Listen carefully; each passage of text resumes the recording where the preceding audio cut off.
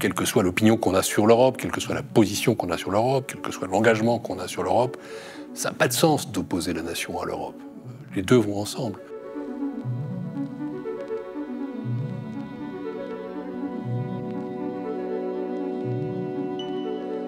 La vie a fait que je suis européen, je le suis de naissance. Mon père était d'origine roumaine, né à Bucarest. Ma mère était d'origine polonaise, même s'il est né à Paris. Les deux étaient des juifs qui ont eu à souffrir de la Seconde Guerre mondiale. Mon père dans un camp de travail en Roumanie, ma mère cachée par des Justes en Lozère. Et toute mon éducation a été une éducation européenne, fondée sur l'idée simple. Ça ne doit plus jamais arriver, ça ne doit plus jamais se reproduire. Les discriminations, les persécutions, la Shoah, les conflits, les guerres de ce continent qui avait été par 3 fois, en 1870, 14-18, 39-45, le théâtre de guerres qui en fait étaient des guerres devenues mondiales. Et donc j'avais cette culture franco-allemande, celle de la réconciliation, cette culture du dépassement des guerres, cette culture d'une culture européenne justement, et qui devait permettre au peuple de s'unir. Et très tôt, j'ai ressenti cet appel de l'Europe, comme un Français en plus, appartenant à un pays qui était un pays fondateur de l'Union européenne, un pays qui est central dans la construction européenne. Et donc, très tôt, je me suis engagé dans l'Europe, pour l'Europe, comme jeune haut fonctionnaire. Puis après, il y a les rencontres, les circonstances qui m'ont amené à devenir jeune député européen. Je crois avoir été un des plus jeunes députés européens élus en 1994, sur la liste de Michel Rocard. L'ensemble de ma vie politique a été marqué par l'Europe.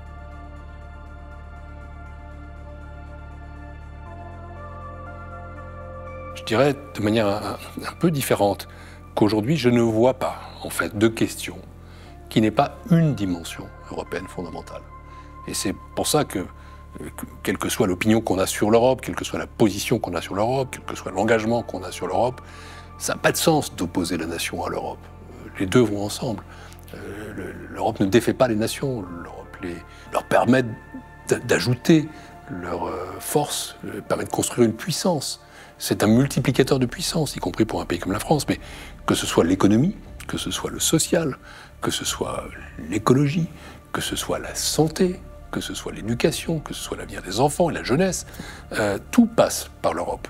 Et si nous voulons peser dans ce monde dangereux, qui est un monde où on voit à nouveau des puissances s'affronter, où des arrière-plans de guerre froide commencent à naître, la seule façon pour les Européens, qui restent encore une zone de grande richesse, de grande culture, de grand niveau d'éducation, la seule façon pour eux de compter, la seule façon pour nous de compter dans ce monde dangereux, c'est de nous unir. Et donc, moi, je ne dis pas qu'il y a des choses qui doivent être faites uniquement par l'Europe. Je dis qu'il n'y a rien qui ne doit être fait sans l'Europe ou contre l'Europe.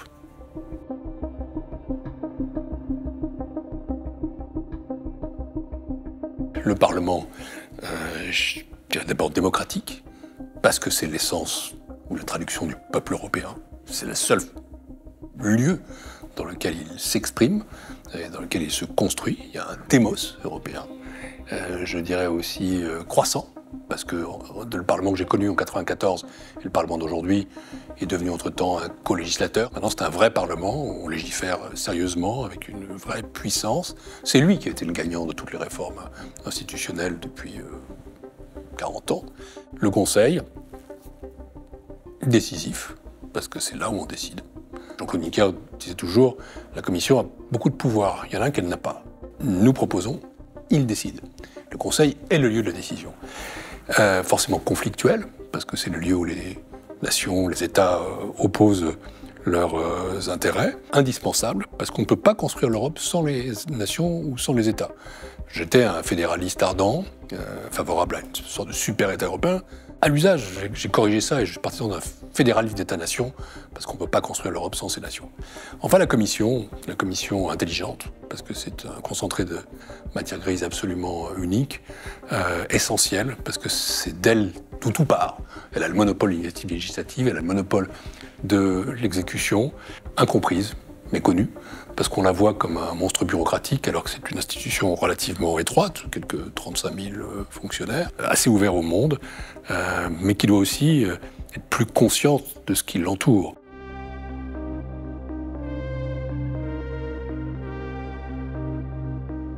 C'est très simple, c'est ce que j'ai appelé la révolution de la transparence. Dans le sillage des mesures BEPS, des accords BEPS négociés à l'OCDE en 2010, les grands pays européens, la France en premier chef, ont commencé à les ratifier et j'étais le ministre qui a, avec ses homologues allemands, espagnols, italiens, britanniques, ratifié les accords BEPS. C'était en 2012, je l'ai fait dès que je suis arrivé à Bercy. Ensuite, comme commissaire européen, j'ai voulu faire en sorte que ces accords soient transposés et dépassés dans le cadre de directives, ce qu'on appelle les directives ATAD, Anti-Tax Avoidance Directives, qui reprenaient une par une les normes BEPS et qui ouvraient en réalité l'information sur tous ces sujets. Et par ailleurs, en parallèle, j'ai fait signer des accords d'échange automatique d'informations avec la Suisse, avec le Liechtenstein, avec San Marin, avec Andorre, et qui font qu'aujourd'hui l'information bancaire circule. On ne pourrait pas avoir une affaire Cahuzac avec ça, parce qu'immédiatement on saurait où sont les comptes, et ça change aussi la culture bancaire. Je vais voter bien d'autres directives, dont une qui est celle de la transparence sur les activités des intermédiaires. Je veux parler des conseillers financiers, des commissaires aux comptes, des avocats. Et ça, c'est un motif de très grande fierté pour moi, parce que 20 directives à l'unanimité, en 5 ans, record à battre.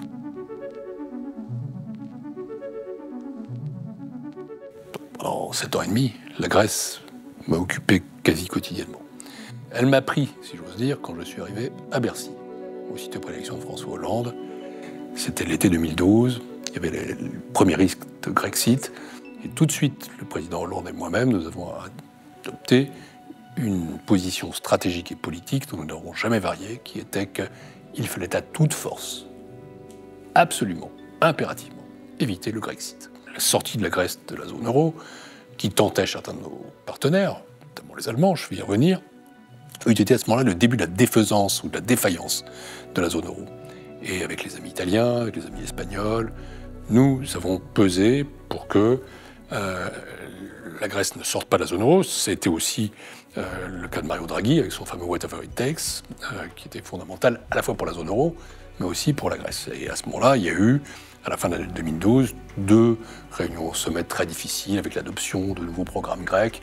Et voilà, c'était ces réunions de ministres de l'économie et des finances de la zone euro, dans l'Eurogroupe, qui étaient assez dramatiques et qui se terminaient toujours par un petit groupe qui travaillait ensemble avec le commissaire, qui joue toujours un rôle fondamental, le président de la Banque Centrale Européenne, la présidente du FMI, qui était présente sur ces sujets, Christine Lagarde à l'époque, et les principaux ministres, c'est-à-dire l'allemand, le français, aussi l'italien et l'espagnol, disons, ce petit groupe de management de cette affaire, plus le mécanisme européen de stabilité, l'ISM. La France a été constamment dans cette affaire-là, un allié de la Grèce. Comme commissaire européen, j'ai persisté dans cette attitude. Avec Jean-Claude Juncker, nous avions une idée extrêmement précise, qui était que la Grèce avait été trop maltraitée par la Troïka, qu'elle avait été trop négligée par la Commission. Donc nous avons dit, la Troïka c'est fini, les institutions travaillent, il faut faire des réformes, parce que le système grec n'était pas viable sur le plan financier, ni budgétaire, ni salarial, ni sur le système des retraites. Donc il fallait faire des réformes, qui pour les gens représentaient des sacrifices certains, mais il fallait les faire de manière progressive, il fallait les faire de façon moins dure, il fallait aussi donner beaucoup plus de fonds à la Grèce, c'est ça la Commission s'y est employée, y compris par une présence constante, et je crois que les Grecs s'en souviennent. Nous avons été, la France d'une part, la Commission européenne d'autre part, un allié de la Grèce, qui a permis au fur et à mesure du temps d'arriver à la sortie du programme grec. J'ai agi en Européen conséquent et en ami de la Grèce.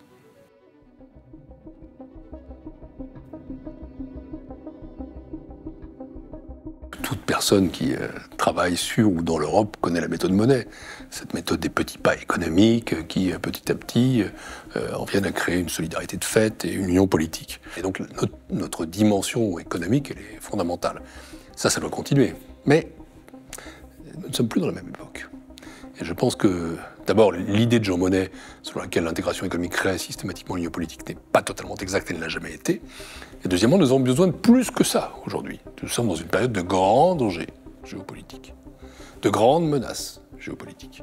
Et dans ce moment-là, nous avons besoin de construire une Europe qui soit à la fois une Europe stratégique, qui soit une Europe puissance. Ça fait longtemps que je le dis. J'avais écrit un bouquin qui portait ce titre à la fin des années 90. Une Europe puissance dans la mondialisation, Parce que si nous sommes dispersés, et si nous restons faibles, à ce moment-là, nous ne pèserons pas et nous serons balayés comme des fétus ou divisés par des puissances extérieures. Une puissance, une Europe stratégique. Et pour tout ça, nous avons besoin d'une Europe politique, tout simplement. Donc je pense qu'aujourd'hui, la question du saut politique européen, la question de la dimension politique, la question de l'état de droit, la question stratégique, c'est la question centrale. Et c'est pour ça, je le redis, qu'on a besoin d'Européens, c'est-à-dire de gens qui ont une foi, ça c'est bien, aussi une vision, un poids et une volonté. Et ça, c'est plus rare.